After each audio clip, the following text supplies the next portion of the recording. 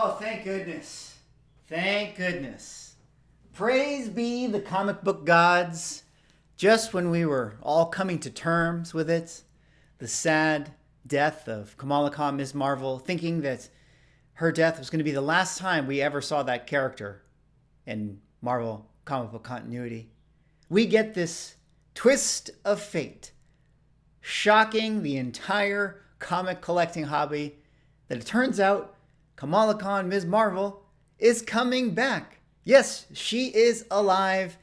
And so in this video, we got to talk about this. Why did Marvel even decide to do a comic book event having Kamala Khan Ms. Marvel die in Amazing Spider-Man when they were just going to bring her back a few weeks later here in a new #1 issue? Well, in this video, we're going to talk a little bit about this story, and then I want to relate it a little bit back to what we talk about here on the channel, this idea of, collecting and comic book values, and how it's very, very interesting that it now does, in fact, seem like the tail is wagging the dog when it comes to Marvel comic IP, where what we see in the MCU is actually affecting what we see in comic books more than that of the reverse. And then also look at some of the other comic books that have been coming out that are actually MCU related that then took comic book form later on and see how they are doing in the secondary market. But before I get into it, if you guys drop me a like, comment, subscribe if you're enjoying the content, help support the channel doing things, I appreciate it.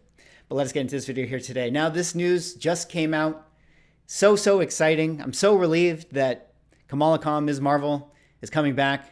I didn't think that she would. Obviously, I'm just kidding, folks. This was probably the least believable death of a character that I think there's ever been in comic books. I feel like everybody across the comic book hobby, the comic book collecting space, everywhere you went, no matter what corner of the comics you were in, nobody actually believed this to be true.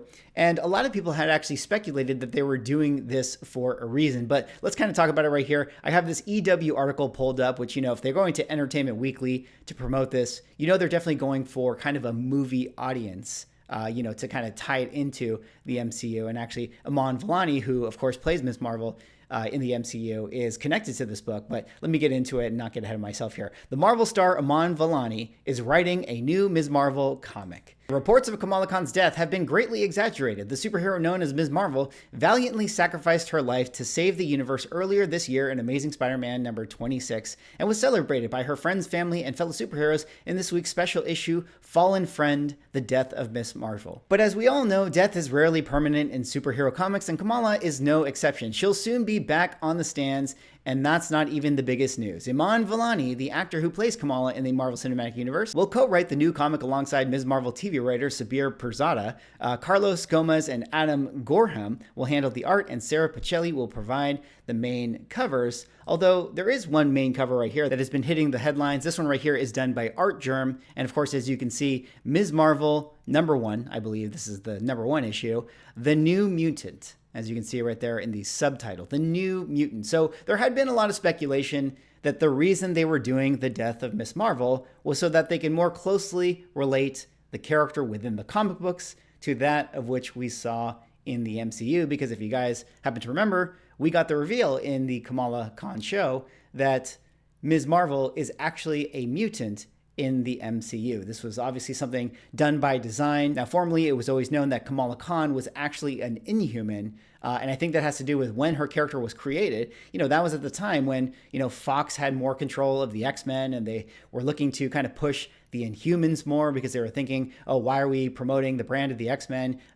since we don't have the rights to the movies anymore? And now, ironically, with Disney reacquiring the X-Men and realizing that the Inhumans just frankly are not that popular, they're now thinking, hey, we should probably take this character that we're trying to make a flagship character, for Marvel Comics, and put her on the X-Men side of the universe as opposed to having her be an Inhuman. And seemingly this was their way of doing so. Now, I don't think there's anything inherently wrong with doing this. I can understand them wanting to have the synergy of, the characters that we see on the screen are reflective of the characters that we see in the comic books. When Captain Carter got very, very popular within, the Marvel Cinematic Universe, everybody loved Agent Carter and things like that. They had to figure out a way, how do we get Captain Carter into a comic book? And they launched Captain Carter #1, even doing the 1 in 25 variant that had the animation cover so they could relate it to that of the character design in the What If show. And on top of that, it was just this past week that we had Moon Knight number 25 come out, and if you guys happen to know, Moon Knight number 25, written by Jed McKay,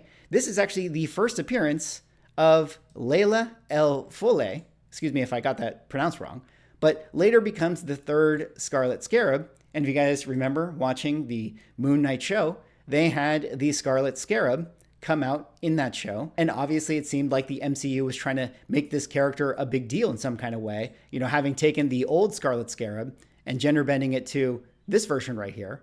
Well, in this comic book, this Moon Knight comic book that just came out, they figured, hey, this character doesn't exist in the comic book publishing form. We got to actually insert her into the Moon Knight universe. And this has been another comic book that a lot of people who I would say are maybe speculators or looking into the comic books are thinking, hey, maybe I should pick this one up. Although this is one of those rare issues that is $9.99. So definitely a tougher spec for this one. But there are some interesting covers for this. Another, actually coincidentally, an Art Gem variant that is pretty cool as well. But the question I have for you guys, and the question I kind of want to put out forward in this video, which of course is what we talk about here on the channel, which is more of this idea of the comic book collecting aspect and the financial aspect and the values and the things like that. Are these books that are going to be reverse engineered into characters that are on the screen into comic books here, and people thinking like, oh, well, I got to have the first appearance. Are these books actually going to maintain some kind of floor value? Are people actually going to want to collect these things?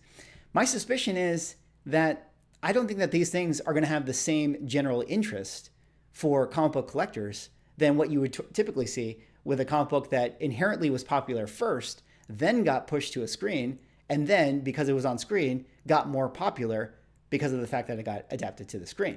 Where we have this Ms. Marvel comic book, this new Mutant version of her, you know, we already had the moment in the MCU where they had the reveal of, you know, hey, Iman, you are actually a mutant. And then we had the little da-na-na-na-na-na.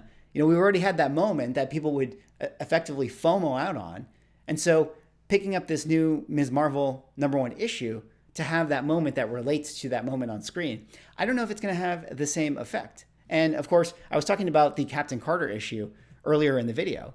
Of course, if you guys remember this one, Captain Carter #1. Now, I'll specifically talk about the 1 in 25 variant because this took, obviously, the animation style from What If, and this seemed to be the go-to book that, at that time, the market was going crazy for.